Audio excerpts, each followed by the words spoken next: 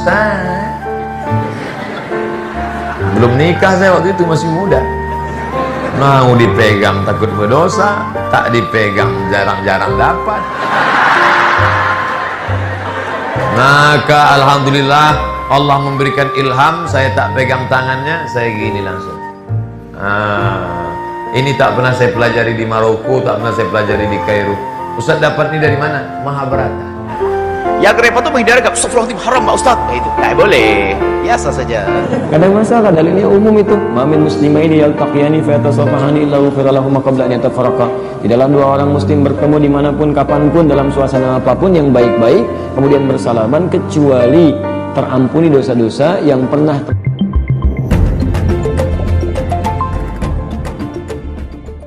Bagaimana hukumnya bersalaman antara perempuan laki-laki yang bukan mahram, walaupun itu guru dosen kita? Saya setiap ceramah ke Rokan Hulu, di tempat-tempat surau suluk, saya perhatikan ama-ama jamaah itu pas mau salaman pasti diambilnya ujung jilbabnya. Setiap di surau suluk Syekh Ibrahim mana-mana diambilnya mau salaman. Kenapa? Karena dia tak mau kulitnya bersentuh dengan kulit saya. Ada hail. Hail artinya pembatas. Ustaz Somad, walaupun mak itu sudah tua, Ustaz Somad kami ingin salaman. Kenapa orang Rokan Hulu tak mau bersalaman? Apakah ini aliran sesat? Li ayyut'ina ala ra'si ahadikum, ditusukkan paku dari api neraka ke kepala kamu, khairun, lebih baik, min antamussa yada mura'atin la tahillu lahu, daripada menyentuh tangan perempuan yang tak mahram. Prakteknya di mana? Di Rokan Hulu. Ustaz tahu dari mana? Saya sudah lama ceramah sini, dan setiap orang mau salaman, yang ngaji, yang tarekat Naksabandia, dia begini. Ketika saya baru pulang ke UIN tahun 2008, balik dari Maroko, selesai tatap muka, datanglah mahasiswi mau salaman. Ustaz, belum nikah saya waktu itu, masih muda. Mau dipegang takut berdosa, tak dipegang jarang-jarang dapat.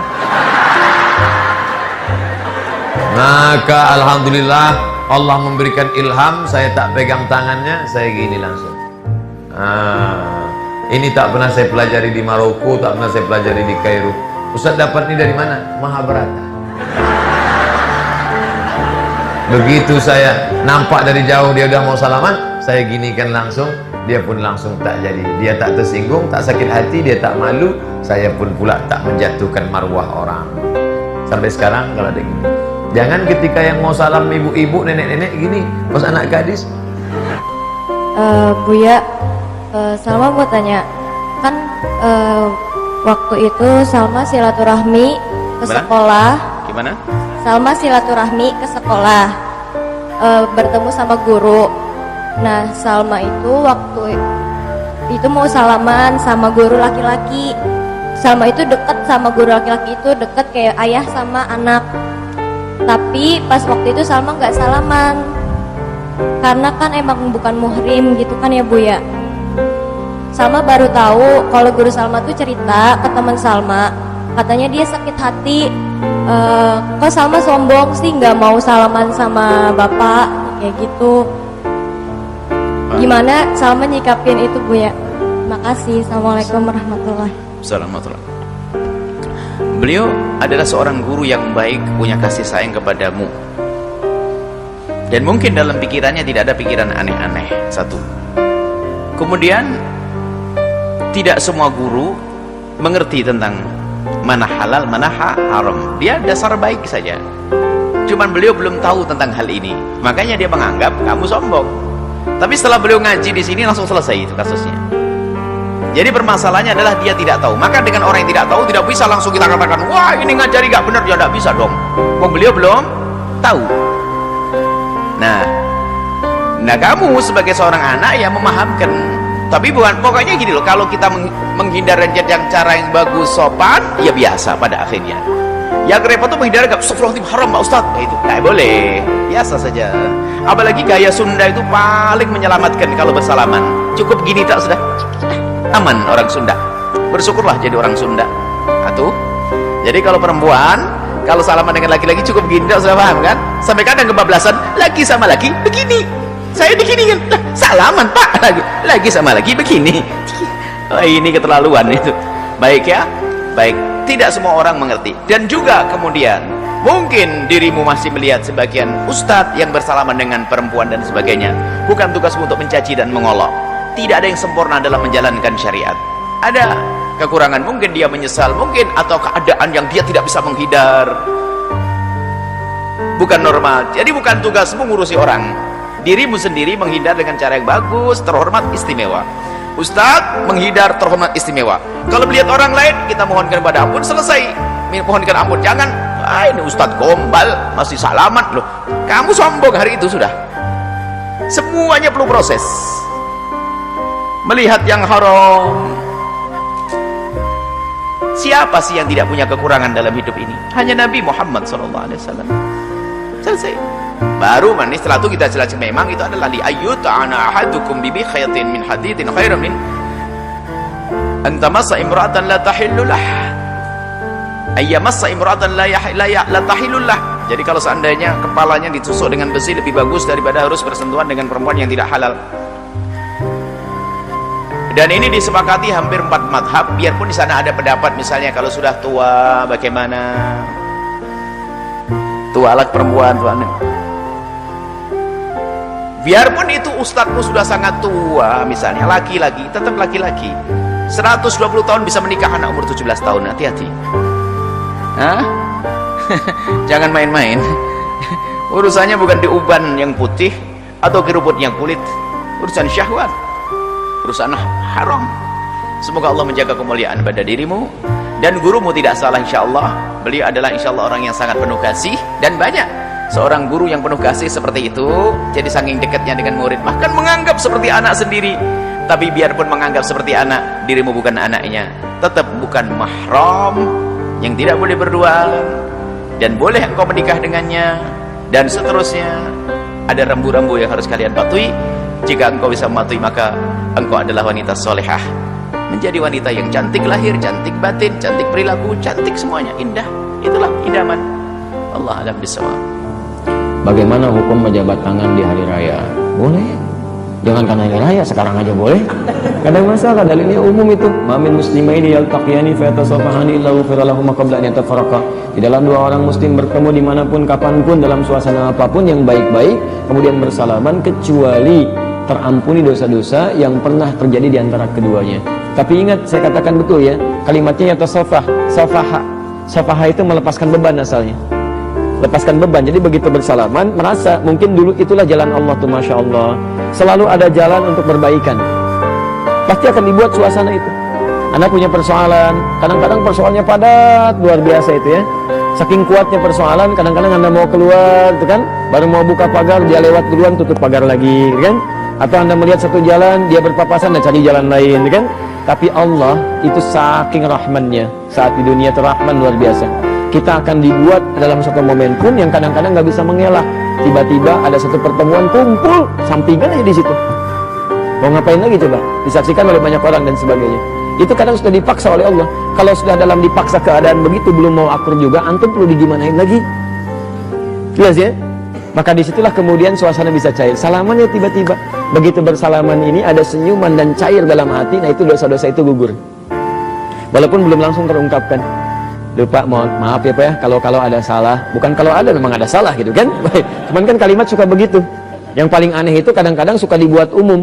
Saya mohon maaf Bapak Ibu sekalian dari segala kesalahan yang saya perbuat, baik disengaja ataupun tidak sengaja. Pernah dengar itu? Pertanyaan saya, kenapa Anda sengaja bikin salah? Baik kesalahan yang disengaja, ini yang jadi masalah. Atau tidak disengaja. Kalau tidak sengaja, nggak sadar dia salah. Tapi kalau sengaja, berarti kan direncanakan. Di sahur besok, saya tahu dia mau makan yang ini. Saya ambil duluan jatah dia kan. Ambil namanya, berarti kan sengaja. Setelah selesai, maafkan saya dari kesalahan yang disengaja ataupun tidak sengaja. Masya Allah. Berarti niat banget itu kan. Nah, itu ada yang salah. Tapi kembalikan kepada yang tadi, ketika 2 orang bersalaman, apalagi mengakui kesalahan, itu gugur. Tapi gugurnya itu didasarkan pada suasana cair yang hadir dalam hatinya. Ingat, kalau Anda cuma salaman aja, tapi muka ke kanan yang satu ke kiri, ya itu cuma nambah dosa. Apa kabar Pak? Baik. Masya Allah. Nah, itu nambah, itu nggak ada ininya. Dan saya akhwat, boleh berjabat tangan dengan siapa saja, dengan mahramnya. hadir dalam keadaan mahram, silakan. Ya, musafahah itu kan juga tidak harus kemudian tangan saling berjabat. Ya, Anda ketemu misalnya dengan yang bukan mahram, ya ingin bermusafahah. Musafahah tidak harus tangan ketemu dengan tangan. Assalamualaikum, ya Ustadz, ya mudah-mudahan baik semuanya. Maafkan saya kalau ada kesalahan-kesalahan. Oh iya, saya juga mohon maaf, mungkin dalam mengajar banyak hal yang kurang tepat, tidak baik. Kalau ada yang nggak baik, tinggalkan aja, ambil pendapat Ustadz yang lebih baik. Itu kan tidak harus bersalaman, nempel dan sebagainya. Dengan istri saya, misalnya perempuan-perempuan boleh, laki-laki dengan suaminya silahkan, itu kan, dan sebagainya. Itu kan indah. Ya, jadi jangan dipahami harus selalu tangan itu menempel. Saya diundang dalam Hari Afrika Sedunia, kumpul para dubes pada saat itu. Dan qadarullah juga ketua persatuan Afrikanya, Afrika Union pada saat itu perempuan. Jadi ketika saya ngobrol dengan beberapa dubes, terus ada dubes Libya, kita bicara, saya bilang apa sih esensi dari tentang Hari Afrika ini, kan, dan seterusnya. Tiba-tiba datang ini aja nih, ya, tanyakan kepada beliau ini karena beliau akan memberikan pidatonya, ya. She would deliver her speech about the African Union, kan? Terus saya tanya kepada beliau itu, sebelum ditanya, sopan orangnya, pengen bersalaman dulu, tangannya sudah begini, ya. Maka masya Allah, apa yang kita lakukan, kita tunjukkan syiar sebagai muslim, kita begini, ya kan? Kita begini, dan itu indah ketika kita tampakkan, dia paham dan dia langsung begini. Gak ada kalimat-kalimat, ya begitu begini kita begini, hah? Tidak, tapi dia langsung aja begini. Dan makanya begini ya teman-teman sekalian, kadang-kadang syiar itu perlu ditampakkan, dan itu kejujuran untuk menampakkan syiar, dan dia langsung paham. Allah memberi petunjuk kepada dirinya untuk merespon. Jadi kadang-kadang, kamu mah kurang toleran, yang seperti itu disesuaikan, jabat aja. Tidak, orang pun akan paham bahwa Anda punya kebiasaan. Jadi jangan sampai menggugurkan syiar kita hanya untuk merespon sesuatu yang menyalahi ketentuan, padahal itu salah, gitu kan. Ya, waktu kami ada di Jepang, itu menarik tuh, orang Jepang itu punya culture yang sangat bagus sekali. Mereka lebih percaya kepada suluk perilaku kita dibandingkan dengan ucapan. Apalagi bila perbuatan kita sudah tidak sesuai dengan konsep kehidupan. Misal, ini minum nih. Kalau minum konotasinya positif atau negatif? Kalau minuman? Oh, kata siapa? Ya, tolong hadirkan minumannya, sedang makan di warteg, minumannya mana? Negatif kan tidak, teh manis kan tidak positif itu kan? Baik, kecuali ada hal yang dipahami secara umum, ya kan? Baik, sekarang perhatikan sini. Ini ada sake. Ya, ini ada air bening. Ini macam-macam lah. Ya, perhatikan sini. Kalau ada orang Islam tiba-tiba berpikir untuk menghargai orang lain, dia minum sake misalnya. Ya, kemudian dia minum. Itu orang Jepang bukan bangga, tapi malah tidak percaya dengan orang ini. Ini orang bagaimana? Katanya di agamanya dilarang minum, kok dia minum? Berarti dia nggak konsisten dengan apa yang dia pegang. Kalau nggak konsisten dengan agamanya saja, bagaimana bisa konsisten dengan pekerjaannya? Tuh, dia cara berpikirnya. Ya, jadi kadang-kadang kita mesti memahami bahwa orang lain pun sebetulnya paham tentang kita. Apalagi aturan Allah, kan Allah yang maha kuasa. Allah dengan kuasanya bisa melembutkan hati orang lain untuk bisa menyesuaikan dengan keadaan kita. Itu poinnya. Ya, pasti itu, walaupun awal-awal kurang sedikit menyenangkan, tapi pada akhirnya dia akan menerima biasa saja gitu. Ya, Anda katakan ini ada makanan begini, mohon maaf, saya ini muslim, saya nggak bisa makan yang seperti ini. Ya, terangkan aja. Tapi kan ini enak, bukan masalah enak ya, kalau itu kan selera. Toh yang menurut saya enak belum tentu juga menurut Anda enak. Oh, apa coba bisa saya makan? Ayo kita makan kol aja ya, jangan pakai ini dan sebagainya. Saya suka kol, tapi Anda kan belum tentu. Setelah diterangkan demikian dalam cara yang baik, alhamdulillah insya Allah akan baik gitu. Gak ada masalah di sini.